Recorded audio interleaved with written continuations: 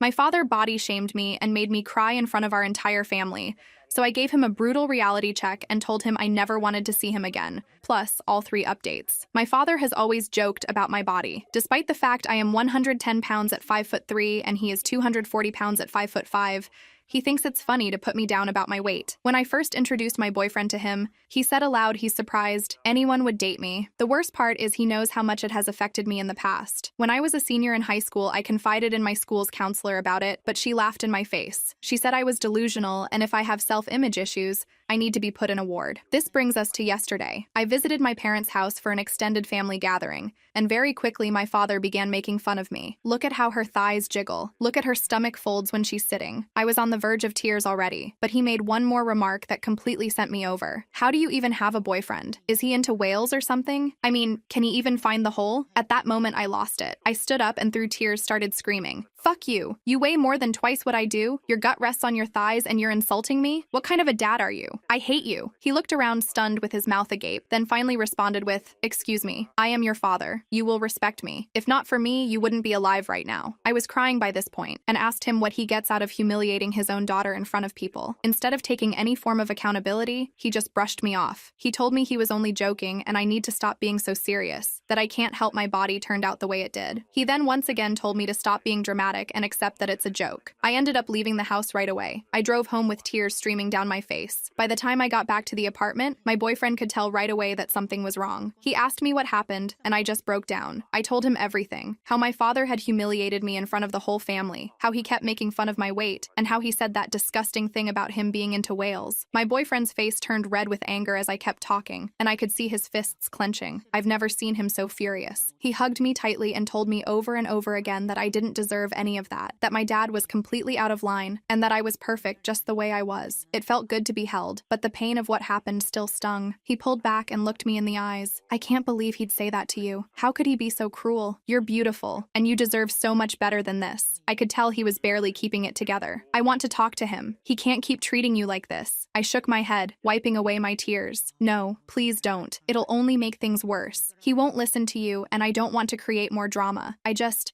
want to forget about it for a while. Please. He sighed, but he nodded. All right, if that's what you want. But promise me, if he ever says anything like that again, you'll tell me right away. I can't stand the thought of him hurting you like this. I nodded and hugged him again. I'm just so lost right now. I don't know what to do. Update 1. I sat my father down as per my boyfriend's request and tried to speak to him again. It ended up being the same as the previous times. My partner's father has heard of what's been happening but never witnessed it until yesterday. My parents came over to visit again with no knowledge that my partner's parents were there. It was only a visit for planning my 21st birthday. My dad didn't seem to care that there was a new member to the audience and started his joking around. I was wearing a pair of tights, which some of you know as leggings, as my sweats were dirty. I rarely wear tight clothes as it gives my father more fuel to his insults. I was making coffee and he shouted, "Why are your thighs jiggling like that? Do you actually train?" My mother laughed like it was the funniest thing ever, and I heard a smack and my dad yelping straight after. That's a common thing between my parents, but it usually only happens in front of others. My future in-laws didn't say anything, but I could see they were confused and annoyed. After the next couple of pinches and comments, my partner's dad lost it. He started berating my dad and told him that he's a pathetic excuse for a father. Told him that for all these years he had to ensure I was okay because he didn't have a clue to raising a child. How sick he was for even thinking it's okay to treat a daughter like that. He made sure to tell him how he has damaged me mentally to the point of just accepting it. How many times his son had to hold me until I cried myself to sleep over one of his jokes. That went on for what seemed like forever, and my partner soon joined in. It ended up being turned to my mother, who tried to switch sides again. My partner's mother is a good woman, but she has a nasty side and she wasn't afraid to show it. She is one woman you don't want to upset. She ended up saying that they either apologize and get the F out or they no longer have a daughter. They apologized, but my dad still couldn't see why it's so wrong to joke. It's what fathers do, apparently. I was crying during the extent of it and still am. Not about the fight, but the fact that I know just how pointless it was. I was right as he came back today and gave me a bag with holes cut into it. I got your birthday outfit. You won't actually fit into a dress. So I got this bin bag for you. I even made the holes bigger for your arms and thighs too. Make sure to wear a belt. I just froze in place and could only focus on his smirk. I was still standing there, bag in hand, as he drove away. Later on today, I got a message from him related to my writing and art that he found. He started mocking that too. He commented on how I wish I could be as perfect as the characters I come up with. I use writing drawing as a way to cope, and he is right. I do wish I could be that perfect, that confident. Normal, but I'm not. I'm a screw up. He made that clear. He made sure to let me know that I will never be as good, that I don't have have the gene that's been passed down through generations. Update 2. I made my dad a gift basket with a note since he loves to read what I write so much and won't bother listening in person. This is what I wrote to him. Dear Dad, since you like my writing so much, I decided to take the time and spell this out for you. This basket contains many options to help you. I've noticed your body has lost its good shape and is honestly just not pleasing to look at. So I have included many workout pamphlets and personal trainer contacts to help you with that. One in particular will surely help you with that stomach of yours.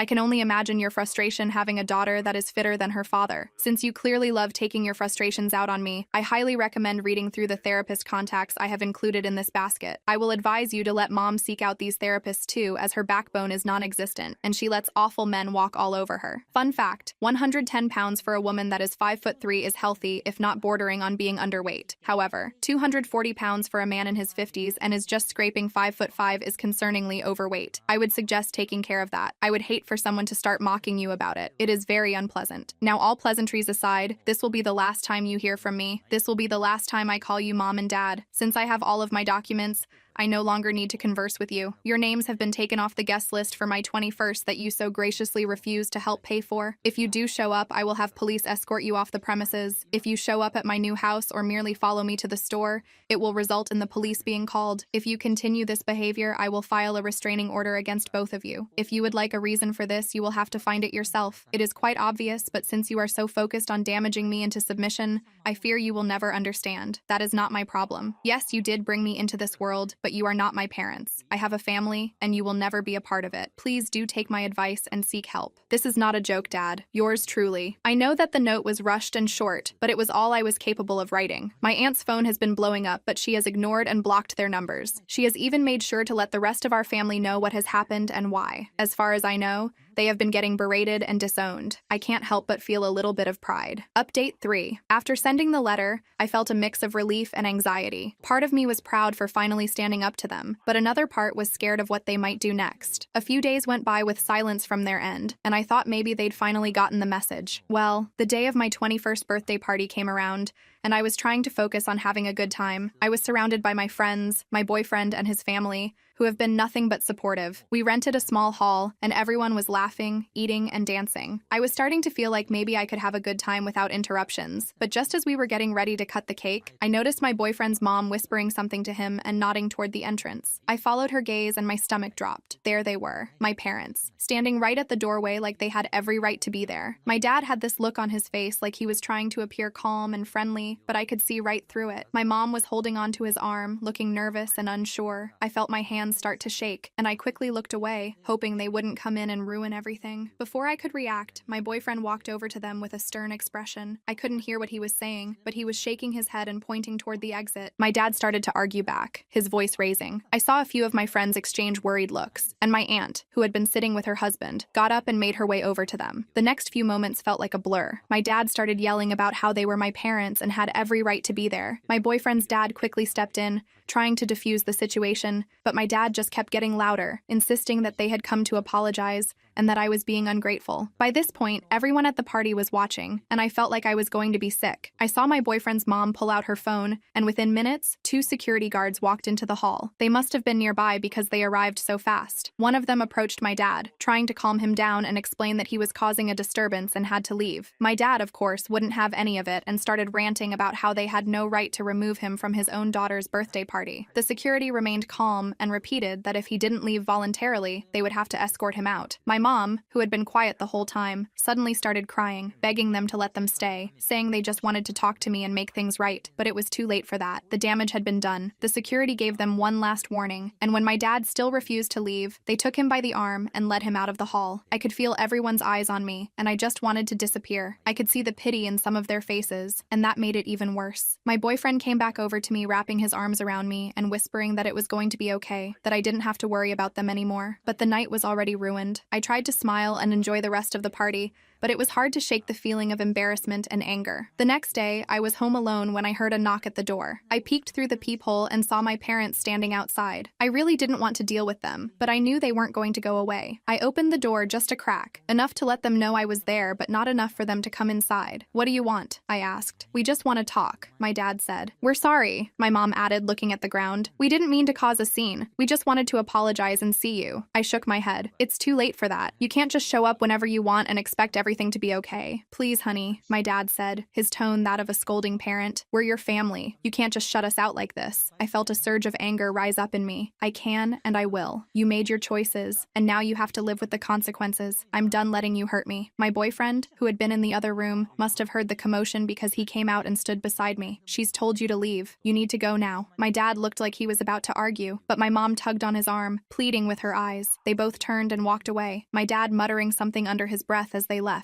As soon as the door closed, I burst into tears. My boyfriend pulled me into a tight hug, whispering that I did the right thing, that I was strong for standing up for myself. And even though it hurt, I knew he was right. I was done letting them control my life, and I wasn't going to let them drag me back down again. My husband's mom nearly culled my child to prove my parenting was wrong, so I kicked her to the curb. A year later, she tried to get my daughter removed from school behind my back. I loved everything about my husband, other than his mother. The first time I met her was when she came up to me after our wedding reception. Her dress was an off-white sequined borderline ball gown. "You'll never know him as well as I do," was the first thing she said to me. I swear I thought she was pranking me, but that's when her eyes narrowed and she glared at me like I had just asked to borrow money or something. Well, I'm sure I'll get to know Zach in my own way. My tone was cheery, just trying to keep the mood up, but she didn't respond and just walked over to get ready to eat her meal. And I guess my husband noticed what was going on, because he came over and asked if I wanted to have her kicked out. I shook my head and insisted that we would get along eventually. You see, my parents had me when they were in their early 40s and had already died of old age, so I was stubborn that our future daughter should have a grandmother. I had no idea she was planning on unaliving our future daughter. A year later, our baby Nyla was born. We were lucky enough that my husband was able to fully support me while I became a stay-at-home mom and took care of her. We both loved her so much and would do anything to keep her safe. Fast forward 4 years later to Nyla's 4th birthday party. We were writing out the invitations with pink Crayola crayons together, and once we were done inviting her whole class, I asked her if there was anyone else she wanted to come. "Big mommy, big mommy, big mommy," she exclaimed with full excitement. I pinched the bridge of my nose, because by big mommy, she meant her grandmother, aka my mill. And up until this point, she hadn't talked to her other than through FaceTime. And I know what I said before about the whole grandparent thing, but I was extremely worried, because during many of our FaceTime calls, Nyla would beg me to give her peanut butter, and she's deathly allergic, so obviously I would say no. But my MIL would always chime in and say, "You're raising her to be too fragile. Give the girl what she wants." Her response always made Nyla think that I was being unreasonable, but I didn't want to be a bad mother, so I gave in and invited her. On the day, my mother-in-law showed up with a homemade birthday cake, snacks, and cupcakes. At first, I was touched. I really thought my MIL was trying to make amends. Boy, was I wrong. Because the second I let her in, I noticed that right there, hidden in the bag of snacks, was a share-size pack of Reese's cups. I gently maneuvered her back into the front garden. "What is in this birthday cake?" My tone was threatening.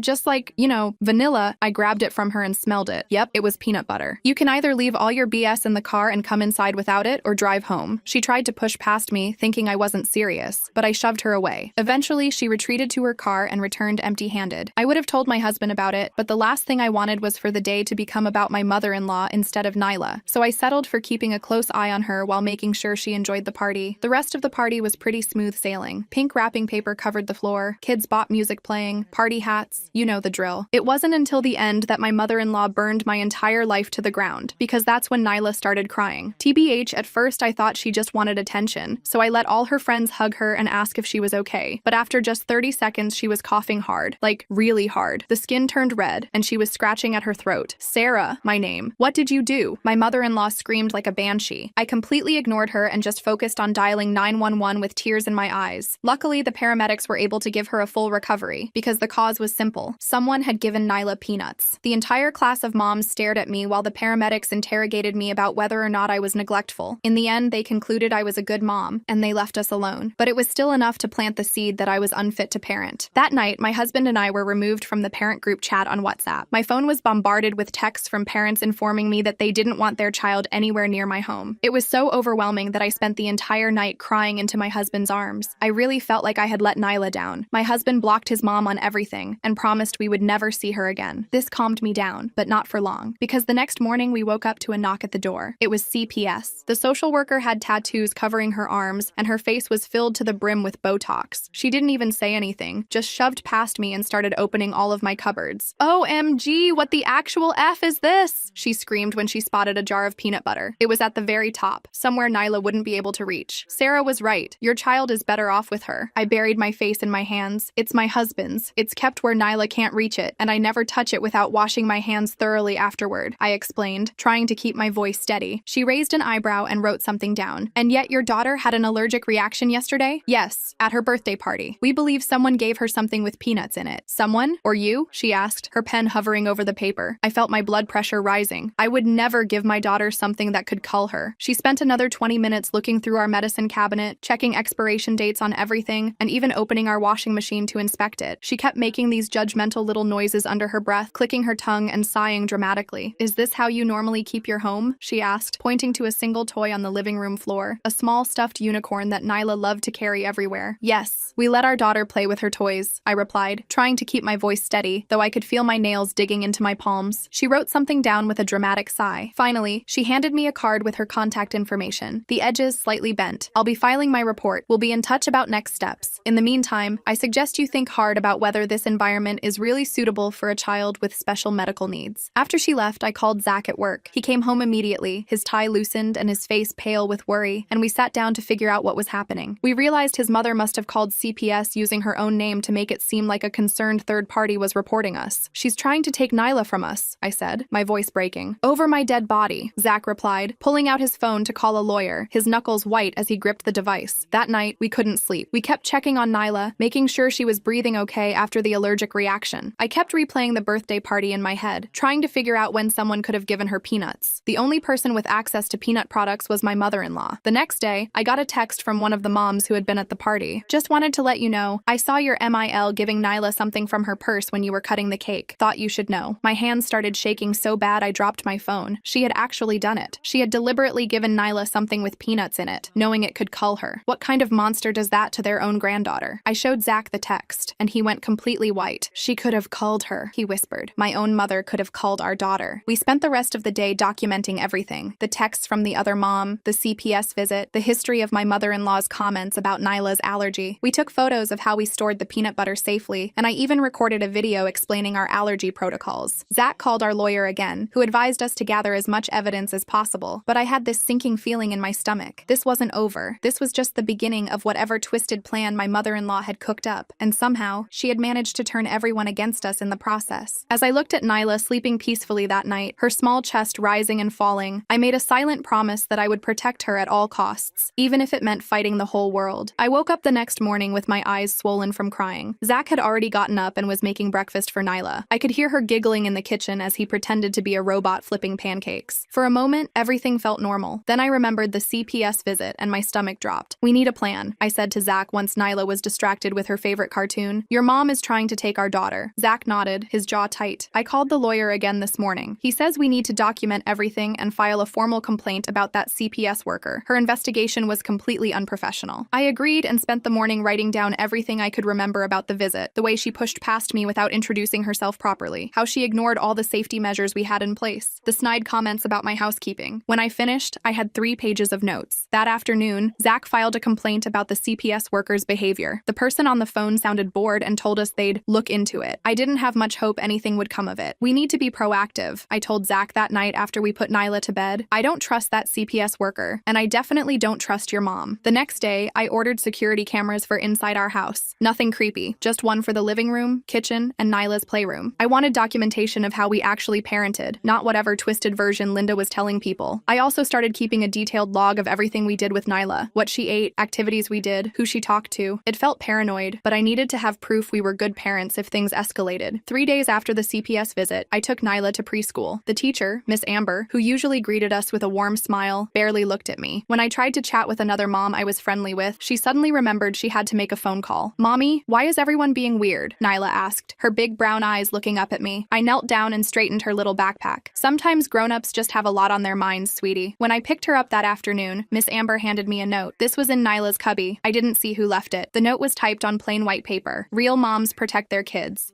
My hands started shaking. I showed Zach when I got home, and he immediately called the school to ask about their visitor policy. Anyone could have walked in and left that, he said, pacing our living room. This is completely unacceptable. The school director apologized and promised to tighten security, but the damage was done. Linda had found a way to get to us through Nyla's school. That weekend, we took Nyla to the park to try and give her some normalcy. She was running around the playground when I noticed a familiar car parked across the street. It was Linda's silver Lexus. I grabbed Nyla and pointed it out to Zach. She's watching us, I whispered, holding Nyla close. Zach marched toward the car, but it pulled away before he got close. When we got home, there was a voicemail on our landline. Just checking checking on my grandbaby. Linda's voice oozed fake sweetness. Since you won't let me see her, I have to make sure she's okay from a distance. That playground looks dangerous. All those germs and rough children. CPS might be interested in your negligent parenting choices. Zach deleted the message, his face red with anger. She's unbelievable. I'm calling the lawyer again tomorrow. The next week was relatively quiet, which made me even more nervous. It felt like Linda was planning something bigger. I was right. On Wednesday, I got a call from Nyla's school during nap time. Mrs. Thompson, there was an incident today we need to discuss. My heart raced as I drove to the school. The director met me in her office, looking uncomfortable. Someone called pretending to be you, she explained. They said Nyla needed to be picked up early for a surprise trip. Luckily, our receptionist thought the voice sounded off and called your cell to confirm. I felt sick. Someone tried to take my daughter. We didn't see who made the call, the director said. And unfortunately, the security camera outside the office malfunctioned today. I didn't believe in coincidences. This had Linda written all over it. We're concerned about having Nyla here, the director continued. This situation seems to be escalating, and we need to consider the safety of all our students. I understood what she wasn't saying. They wanted Nyla gone. The liability was too great. That night, Zach and I decided to pull Nyla from preschool. He arranged to work from home 3 days a week, and I would homeschool her for now. It broke my heart to take away her friends and routine, but her safety came first. The following Monday, I took Nyla to a different playground, one across town where nobody knew us. She was playing in the sandbox when a woman approached me. "Are you Sarah?" she asked, looking nervous. "Yes, I'm Sarah," I replied, immediately on guard. "Oh," she looked confused. "I got an email about a dangerous mother at this park. It had your picture. Said you give your kid peanuts even though she's allergic." I felt like I'd been punched. "That's completely false. Who sent this email?" "Some local mom group," she shrugged. "I don't know the person who sent it. Just wanted to check." She walked away, but I noticed other parents watching me, whispering. I grabbed Nyla and left, tears stinging my eyes. When I got home, I searched local mom groups on Facebook. Sure enough, there was a post warning about me, including a blurry photo taken from a distance. It showed me standing in my kitchen, and you could just make out a jar on the top shelf that looked like peanut butter. The post claimed I was under CPS investigation for endangering my allergic child. "She's turning everyone against us," I told Zach that night. "She's isolating us from any support system." Zach looked defeated. I never thought my own mother would do something like this. The next day, Nyla was invited to a birthday party by one of her former classmates. I was surprised but happy she wasn't being completely ostracized. I RSVP'd yes immediately. 2 days before the party, the mom called to uninvite us. "I'm sorry, but we've heard some concerning things," she said awkwardly. "I think it's best if Nyla doesn't come." "What concerning things?" I demanded. "I got a voicemail from someone who says they're close to your family. They mentioned child endangerment and CPS involvement. I can't risk having that around the other children." I hung up without responding. Nyla was devastated when I told her she couldn't go to the party. She didn't understand why her friends didn't want to play with her anymore. It broke my heart. That night, I couldn't sleep. I kept thinking about the CPS worker and how quickly she'd sided with Linda. I decided to do some digging. I found her professional profile online and looked at her social media connections. To my surprise, I discovered that she had recently connected with Linda on a professional networking site. They weren't close friends, but they were definitely in the same extended social circle. "There's a connection between them," I told Zach, showing him my phone. "It's not direct, but they know some of the same people. This could explain her bias during the investigation." Zach looked concerned. "This is a potential conflict of interest. The CPS worker should have disclosed this connection and possibly recused herself." I created a fake social media account and did some more investigating. Through careful observation of their public interactions, I found evidence that the CPS worker had mentioned working on a case that was referred to her by someone in her network who was concerned about a child's welfare. I took screenshots of everything. The next morning, we woke up to the sound of something hitting our front door. When Zach opened it, he found our door and porch covered in egg. Our neighbor across the street, an elderly man named Mr. Peterson, was watering his lawn. "You folks had a visitor last night," he called out. "Silver car, older lady, drove by real slow around 2 a.m., then something flew at your door." Zach thanked him and came back inside, his face grim. "That's it. I'm going to confront her directly." I was worried about Zach facing Linda alone, but he insisted. He drove to her house while I stayed home with Nyla, anxiously waiting for updates. When he came back 3 hours later, he looked exhausted. "She denied everything," he said, collapsing onto the couch. "Cried and said we're alienating her from her granddaughter. Said she's filing for grandparent visitation rights through the court." "Can she do that?" I asked, panicking. "Our lawyer says she can try, but it's usually only granted in cases where the grandparent had an established relationship with the child, or if one parent is deceased. Neither applies here." I felt slightly relieved, but still uneasy. Linda was escalating her tactics, and I was worried about what she might do next. The following week, we received official notice that Linda had indeed filed for grandparent visitation rights. Her petition cited the peanut incident as evidence I was an unfit mother, mentioned the CPS involvement, and claimed Nyla's removal from school was an attempt to isolate her from outside support. "This is insane," I said, reading through the paperwork. "She's the one who gave Nyla peanuts. She's the one who called CPS. She's twisting everything around." Our lawyer advised us to gather as much evidence as possible possible before the hearing. We collected statements from our pediatrician about Nyla's allergy and our careful management of it. We got a letter from Zach's workplace confirming he was working from home to help with Nyla's education. We printed out the screenshots of the CPS worker's connection to Linda. The day before our court date, I was helping Nyla clean up her crayons when I noticed a drawing she'd made. It showed a tall figure labeled Big Mommy holding a bottle with magic drink written on it. Next to it was a smaller figure labeled Me with tears coming down her face. "Nyla, sweetie, what's this picture about?" I asked, trying to keep my voice casual. Nyla looked up from her coloring. "Big Mommy said she has a magic drink that will make me not allergic to peanuts anymore, but it tastes yucky and makes my tummy hurt." I felt ice in my veins. "When did Big Mommy tell you this?" "When she came to my school for lunch," Nyla said, already losing interest in the conversation and reaching for another crayon. "She came to your school?" I asked, trying not to sound as panicked as I felt. "Uh-huh. She said it was our secret." I immediately called Zach, who came home early from work. We sat down with Nyla together and gently asked her more about these visits. Apparently, Linda had somehow been getting into the school during lunch periods, claiming to be on the approved pickup list. She'd been telling Nyla that I was keeping her sick on purpose, and that her magic drink would cure her. "Did you ever drink the magic drink?" Zach asked, his voice shaking slightly. Nyla shook her head. "It smelled like the bad butter, the one that makes me get owies on my skin. Peanut butter." Linda had been trying to give Nyla peanut products, telling her it would cure her allergy. I felt physically ill. We called our lawyer immediately and added this new information to our case. He suggested we record any future interactions with Linda, which was legal in our state as long as one party consented to the recording. The next day was our court date. Linda showed up in a conservative navy dress, looking every bit the concerned grandmother. She had brought photo albums of Zach as a child and spoke tearfully about wanting the same close relationship with Nyla. She claimed I was unstable, possibly suffering from postpartum depression even years after Nyla's birth, and that I was using the peanut allergy to control everyone around me. "I only brought peanut butter to test if the allergy was real," she told the judge, dabbing at her eyes with a tissue. "So many mothers these days invent allergies for attention. I was concerned for my granddaughter's development." Our lawyer presented our evidence: the pediatrician's confirmation of the severe allergy, the screenshots showing Linda's connection to the CPS worker, statements from neighbors about the egging incident, and Nyla's disturbing drawing. The judge seemed concerned but didn't make an immediate decision. Instead, he ordered a temporary arrangement. Linda would get supervised visitation once a week, with a court-appointed supervisor present at all times. I was devastated but tried to stay positive. At least there would be someone watching her every move. The first visit was scheduled for the following Saturday. The supervisor, a woman named Carla, seemed professional and took her job seriously. Linda was on her best behavior, bringing appropriate gifts for Nyla and playing the role of doting grandmother perfectly. But I noticed how she kept telling Nyla that Mommy's rules are too strict and Grandma knows best. After the visit, Carla seemed charmed by Linda. "She clearly loves her granddaughter," she told me. "I don't see any reason for concern." This pattern continued for 3 more weeks. Linda would act perfect during the visits, while subtly undermining me to both Nyla and the supervisor. After the 4th visit, Carla submitted a report suggesting the supervision requirement be relaxed. I was at my breaking point. Linda was winning, and I felt powerless to stop her. That night, after putting Nyla to bed, I sat down with all of Nyla's recent drawings. There were more pictures of Big Mommy with the magic drink. In one, Nyla had drawn herself with spots all over her body, labeled "after drink." I realized Linda was still trying to convince Nyla to drink something with peanuts in it. She was playing the long game: gain visitation rights, get the supervision removed, and then cure Nyla's allergy by exposing her to the very thing that could cull her. I knew I needed more concrete evidence than children's drawings, so I came up with a plan. The next time Linda dropped Nyla off after a visit, I would record our interaction and try to get her to reveal her true intentions. The opportunity came the following weekend. As Linda was saying goodbye to Nyla, I casually mentioned that Nyla had been talking about a magic drink. "Oh, that's just a little game we play," Linda said with a dismissive wave. "Kids and their imagination." I waited until Nyla was inside with Zach before continuing. "She says you told her it would cure her peanut allergy." Linda's fake smile dropped. "Well, maybe if you weren't so neurotic about every little thing, she wouldn't even have allergies. Children develop these things because their mothers are overprotective." I kept my phone recording in my pocket as I replied, "Allergies don't work that way. Exposure to peanuts could cull her." Linda rolled her eyes. "Please, one day you'll thank me for fixing your child. My Zach never had any of these special needs." I raised him to be strong. "By giving her something she's deathly allergic to?" I asked, trying to keep my voice steady. "Sometimes children need to build up tolerance," she said, her voice taking on a lecturing tone. "All this coddling is why kids today are so weak. If you'd let me spend more time with her without your interference, I could help her overcome this so-called allergy." I had what I needed. I ended the conversation and went inside, my hands shaking as I played the recording for Zach. His face went from shock to rage to determination. "We're ending this now," he said, calling our lawyer. With the recording, Nyla's drawings, and our previous evidence, we filed for an emergency hearing to revoke Linda's visitation rights. The judge listened to the recording and looked at the drawings, his expression growing more concerned by the minute. "Mrs. Zachariah," he addressed Linda directly, "are you you telling this court that you believe you can cure your granddaughter's medically documented severe allergy by exposing her to the allergen? Linda tried to backtrack, claiming she was misunderstood, but the damage was done. The judge immediately suspended all visitation and ordered a full psychological evaluation before any further contact would be considered. As we left the courthouse, Linda followed us to the parking lot, screaming that we were keeping her from her rights as a grandmother. Several people stopped to watch the scene unfold, including one of the moms from Nyla's old preschool. I saw the recognition in her eyes as she witnessed Linda's unhinged behavior. The next day, that same mom texted me, "I think I owe you an apology. I believed some things I heard about you that I now realize weren't true." It was a small victory, but it felt huge after weeks of being isolated and vilified. Slowly, as word spread about Linda's behavior and the court's decision, other parents reached out too. The tide was beginning to turn. We still had a long road ahead. Linda wasn't giving up easily, and we knew we needed to stay vigilant. But for the first time in weeks, I felt like we might actually win this battle. Nyla was safe for now, and we had proof of what Linda had been trying to do. That night, as I tucked Nyla into bed, she asked me a question that broke my heart. "Mommy, is Big Mommy mad at me because I'm broken?" I held her close, fighting back tears. "You are not broken, sweetie. You are perfect exactly as you are. Big Mommy is confused about some things, and that's why she can't visit right now." "Will she get unconfused?" Nyla asked, her eyes already drooping with sleep. "I don't know," I answered honestly, "but what I do know is that Daddy and I will always keep you safe. That's our most important job." As I watched her drift off to sleep, I made another silent promise. Not only would I protect her from harm, but I would also protect her from ever feeling like she was broken or wrong because of her allergy. And I would make sure Linda never had the chance to make her feel that way again. The next morning, I woke up feeling more determined than ever. This wasn't just about keeping Linda away from Nyla anymore. It was about making sure she understood that she would never be able to manipulate or harm our family again. We needed to be proactive, not just reactive. I started by calling Nyla's old preschool and explaining the situation in full. The director was horrified to learn that Linda had somehow been getting in during lunch periods. They immediately reviewed their security procedures and discovered that Linda had been claiming to be me, using my ID number from their system. They promised to implement photo verification for all visitors going forward. Then I reached out to the parents who had contacted me after witnessing Linda's courthouse meltdown. They were surprisingly supportive now that they knew the truth. One mom even admitted that she had received multiple anonymous emails about me, all coming from the same address, which turned out to be Linda's email with a slight variation. "She created a whole fake identity to spread rumors about you," the mom told me, sounding embarrassed for having believed it. I should have questioned it more. With each person I spoke to, the web of Linda's deception became clearer. She had been systematically working to isolate us from any support system, all while positioning herself as Nyla's savior. It was calculated and terrifying, but now that people knew the truth, Linda's power was diminishing, and I was determined to keep it that way. The next few days were weirdly quiet. No calls from Linda, no strange cars driving by our house, nothing. It made me super nervous, like when you're watching a horror movie and the music stops right before something jumps out. I kept checking our security cameras obsessively and made sure Nyla was never alone, not even for a minute. "Maybe she finally got the message," Zach said one night after we put Nyla to bed. He was scrolling through his work emails, trying to catch up on everything he'd missed while dealing with his mom's craziness. I shook my head. "I don't think so. This doesn't feel like giving up. It feels like regrouping." I was right. 3 days later, I got a text from a number I didn't recognize. "Thought you should see this. Linda's been telling everyone you're mentally unstable." There was a screenshot attached of a Facebook post in a private local mom group. Linda had created a whole fake profile under the name Sarah's Concerned Friend and was sharing all these made-up stories about me having episodes and dangerous behavior around Nyla. I showed Zach, and he immediately called our lawyer. "Can we get a restraining order based on online harassment?" he asked, pacing around our kitchen. The lawyer said we needed more direct evidence that it was actually Linda behind the account. So I made a plan. I created my own fake profile and joined the mom group. Then I sent a private message to Sarah's Concerned Friend, saying I had some information about the Thompson family that might be useful. Linda took the bait immediately. "I'm actually Nyla's grandmother," she wrote back. "I've been trying to protect her from her unstable mother. What information do you have?" I took screenshots of everything and sent them to our lawyer. He filed for an emergency restraining order the next day. The judge granted it temporarily, pending a full hearing in 2 weeks. I felt like I could breathe a little easier with the restraining order in place, but I was still on edge. Linda had proven she didn't respect boundaries, legal or otherwise. I doubled down on our security measures, adding motion sensor lights outside and making sure all our windows and doors were locked at all times. A week later, I took Nyla to the grocery store. We were in the cereal aisle when I heard someone call my name. I turned around and saw Catherine, one of the moms from Nyla's old preschool. My first instinct was to grab Nyla and walk away, but Catherine looked genuinely apologetic. "Hey, I just wanted to say I'm really sorry about everything," she said, fidgeting with her shopping list. "I should have talked to you directly instead of believing rumors." I nodded, still cautious. "It's been a really hard time for us." "I bet," she said. "Look, there's something you should know. Linda came to our monthly book club last week. She didn't know I was friends with Megan, who saw her meltdown at the courthouse. She was telling everyone everyone you've been diagnosed with Munchausen by proxy, and that's why you're making up Nyla's allergy. My blood ran cold. That's completely false. I know, Catherine said quickly. Megan called her out on it and Linda went ballistic, started screaming about how everyone was against her and how she was going to save Nyla one way or another. It was scary, honestly. I thanked Catherine for telling me and hurried through the rest of our shopping. As soon as we got home, I told Zach what happened. He called the lawyer again to update him on this new development. The day of our restraining order hearing arrived. I was a nervous wreck, checking and double-checking that we had all our evidence organized. We had the screenshots of Linda's fake profile, statements from parents who had witnessed her behavior, the recording of her talking about curing Nyla's allergy, and now Catherine's written statement about the book club incident. We arrived at the courthouse early. Our lawyer met us in the lobby, looking confident. We have a solid case, he assured us. The judge takes threats to children very seriously. Linda showed up right before the hearing started. She was wearing a conservative gray dress and had her hair pulled back in a tight bun. She looked like she was auditioning for the role of respectable grandmother in a Lifetime movie. Her lawyer was a slick-looking guy in an expensive suit who kept checking his watch. The hearing started with our lawyer presenting our evidence. The judge listened carefully, occasionally asking clarifying questions. When the recording of Linda talking about fixing Nyla's allergy was played, I saw the judge's expression harden. Then it was Linda's turn. Her lawyer tried to paint her as a concerned grandmother who was being alienated from her granddaughter. He claimed I was the unstable one, making up stories about Linda to keep her away from Nyla. Your Honor, my client has never given her granddaughter peanut products, her lawyer said smoothly. These allegations are completely fabricated by a mother who is using her daughter's supposed allergy to control everyone around her. I felt Zach tense beside me. The lawyer continued, we have evidence that Mrs. Thompson has been diagnosed with anxiety and depression in the past. We believe she is projecting her own issues onto her mother-in-law. That was a low blow. I had seen a therapist briefly after Nyla was born for some mild postpartum anxiety. It was completely normal and had nothing to do with my parenting abilities. Our lawyer objected, pointing out that my mental health history was irrelevant and that we had concrete evidence of Linda's dangerous behavior. The judge sustained the objection. Then Linda took the stand. She put on a tearful performance about how much she loved Nyla and how worried she was about her well-being. I just want what's best for my granddaughter, she said, dabbing at her eyes with a tissue. I've never tried to harm her. I simply questioned whether her allergy was being managed properly. Our lawyer cross-examined her, bringing up the recording. Mrs. Zachariah, in your own words, you stated that you wanted to fix your granddaughter by exposing her to peanuts. How do you explain that? Linda's face hardened for a split second before she composed herself. I was frustrated and speaking metaphorically. I would never actually give her peanuts. And the magic drink you told her about, the one that would cure her allergy, that was just a game, Linda insisted. Children love magical thinking. Our lawyer then pulled out a surprise piece of evidence, a receipt from Linda's credit card showing she had purchased peanut butter the day before her supervised visit with Nyla. Can you explain why you purchased this item when you knew your granddaughter has a life-threatening allergy to it? Linda looked flustered. I eat peanut butter myself. It had nothing to do with Nyla. Yet you told Nyla about a magic drink that smelled like the bad butter that gives her always on her skin. Those are her words, Mrs. Zachariah. Linda's facade finally cracked. She needs to build up tolerance, she snapped. All these allergies kids have nowadays are because parents coddle them too much. When I was raising Zach, we didn't have all these special snowflake conditions. The courtroom went silent. Even her lawyer looked shocked at her outburst. The judge called for a brief recess, and Linda's lawyer immediately pulled her aside, speaking to her in harsh whispers. When court resumed, the judge didn't waste any time. Based on the evidence presented, I am granting a permanent restraining order prohibiting Linda Zachariah from contacting Sarah Thompson, Zachary Thompson, or Nyla Thompson in any way. This includes in person, by phone, email, social media, or through third parties. Mrs. Zachariah is to remain at least 500 feet away from the Thompson family's home, Nyla's school, and any other location where they are present. I felt tears of relief spring to my eyes. The judge continued, furthermore, I am ordering Mrs. Zachariah to undergo a psychological evaluation before any reconsideration of this order can take place. This court takes threats to children very seriously, especially when those threats come from family members who should be protecting them. Linda stood up, her face contorted with rage. This is ridiculous. She's turned my own son against me. She's poisoning my granddaughter against me. Mrs. Zachariah, control yourself or you will be held in contempt, the judge warned. Linda's lawyer grabbed her arm and whispered something to her. She sat down, still fuming. As we left the courthouse, I felt like a massive weight had been lifted from my shoulders. Zach looked relieved but sad. I never thought it would come to this, he said quietly as we walked to our car. My own mother. I'm sorry it had to be this way, I told him, squeezing his hand. I really did try to make it work with her. I know, he said. This isn't on you. She made her choices. We picked up Nyla from my friend Anna's house, where she'd been playing during the hearing. She ran to us with a crayon drawing in her hand. Look what I made, she exclaimed, holding up a picture of our family, just the three of us, standing in front of our house with big smiles. That night, after Nyla was asleep, Zach and I sat down to talk about next steps. I think we should move, he said. Not far, just to a different neighborhood, somewhere Linda doesn't know the address. I agreed. And maybe a new preschool for Nyla too, a fresh start for all of us. Over the next few weeks, we found a house in a nearby town and enrolled Nyla in a new preschool that had excellent security measures and was very accommodating of her allergy. We didn't tell anyone our new address except for a few trusted friends. Moving day was exhausting but exciting. Nyla loved her new pink bedroom, and I loved the bigger kitchen with plenty of counter space for cooking allergy-safe meals. Zach seemed more relaxed than he had been in months. As we were unpacking, our doorbell rang. I froze, immediately thinking of Linda. Zach went to check the security camera we'd installed and relaxed. "It's just our new neighbors," he said. I opened the door to find a friendly-looking couple with a little boy about Nyla's age. They introduced themselves as David and Rose and their son Bobby. They had brought us a welcome basket with a handwritten note that said, "We heard you have a peanut allergy in the family, so everything in here is nut-free." I almost cried at their thoughtfulness. We invited them in for coffee, and while the kids played, we chatted about the neighborhood. It felt so normal, so drama-free. I hadn't realized how much tension I'd been carrying until I felt it begin to melt away. Over the next few months, Nyla thrived in her new environment. She made friends at her new preschool and loved her teacher, Miss Campbell. Her allergy was taken seriously by everyone, and she never had to feel different or broken because of it. We heard through Zach's cousin that Linda had been telling everyone we moved to Alaska to keep Nyla away from her. We decided to let her believe that. The further she thought we were, the better. One day at a local moms group meetup, I met a woman named Christine who had recently moved to the area. As we chatted, she mentioned she used to live in our old town. "Do you know Linda Zachariah?" she asked casually. I tensed up immediately. "Why do you ask?" Christine sighed. "She was banned from seeing my sister's kids years ago. Same kind of stuff. Undermining parenting decisions, ignoring allergies, trying to turn the kids against their mom. I just wondered if you'd had any run-ins with her, living in that area." I was stunned. "She's my mother-in-law," I admitted. "We actually moved here to get away from her." Christine nodded knowingly. "You're not the first. My sister moved to Colorado for the same reason." It was oddly comforting to know we weren't Linda's first targets. It confirmed that none of this was our fault. It was all Linda's issues. But it also made me sad to think about how many families she had hurt with her behavior. 6 months after our move, we celebrated Nyla's 5th birthday at our new house. It was a small party with her new friends, pink balloons everywhere, and a nut-free cake that I made myself. No drama, no emergencies, no Linda. As I watched Nyla laughing and playing with her friends, I felt a deep sense of peace. We had protected her from someone who was supposed to love her, but instead tried to harm her. We had rebuilt our lives in a new community that accepted and supported us. And most importantly, Nyla was happy, healthy, and safe. That night, after all the guests had gone home and Nyla was tucked into bed with her new stuffed unicorn, Zach and I sat on the back porch with glasses of wine. "We did it," I said, clinking my glass against his. "We protected our family." "We sure did," he replied, putting his arm around me, "and we always will." I leaned into his embrace, watching the stars come out in the clear night sky. Linda was out of our lives for good, and our future was brighter than ever.